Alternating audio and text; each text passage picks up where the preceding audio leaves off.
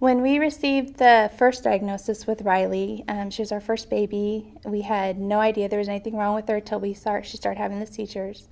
We were devastated. We were really young parents as our first child. We were given the worst prognosis, told that, it'd probably just get worse. We couldn't predict her future. We didn't know how she was going to end up in life. It took us a while to come to accept it. When we finally accepted it, and decided to have our second child. At the time, we were told it was a sporadic mutation, that any other kids we had probably would not have it. My son came along a year and a half later, or 2 years later, and he was 11 months when he started having seizures.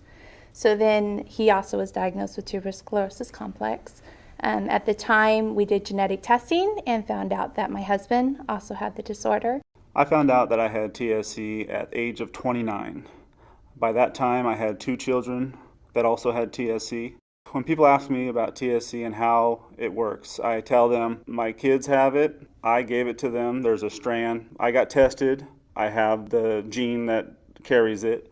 After that, I found out my dad had it, my older brother had it, and then most likely my grandpa had it. When we decided to have our third child, we knew it was a 50-50 chance. We were very torn on whether to do it or not. So we went ahead and had Luke. We found out before he was born through amniocentesis that he also had the TS.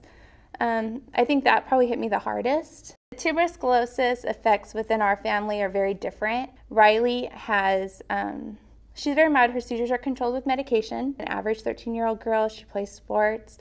We have issues with with her peers and just immaturity, but overall we plan on her living a long, healthy life.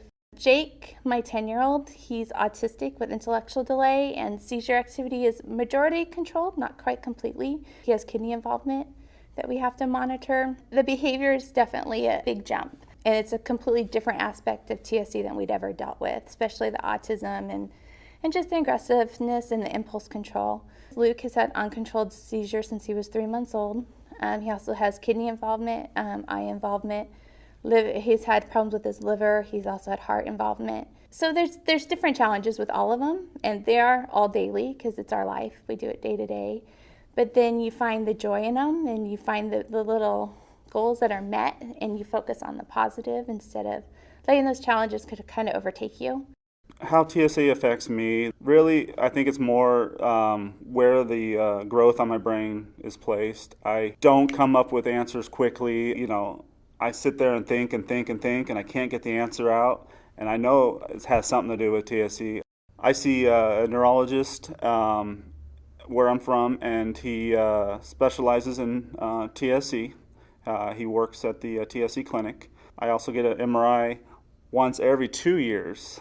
And then I get an MRI, a renal ultrasound once every 2 years. I get my eyes checked yearly. I check my body for skin tags, growths on my fingernails, growths on my ears, on my eyes, just all over. What I would say to a family that was just diagnosed with tuberous sclerosis complex is take one day at a time. It can be very overwhelming. You can feel very alone. Breathe, focus on your kiddos. Know that you're not alone. There's a lot of us out there. I rely on my wife a lot.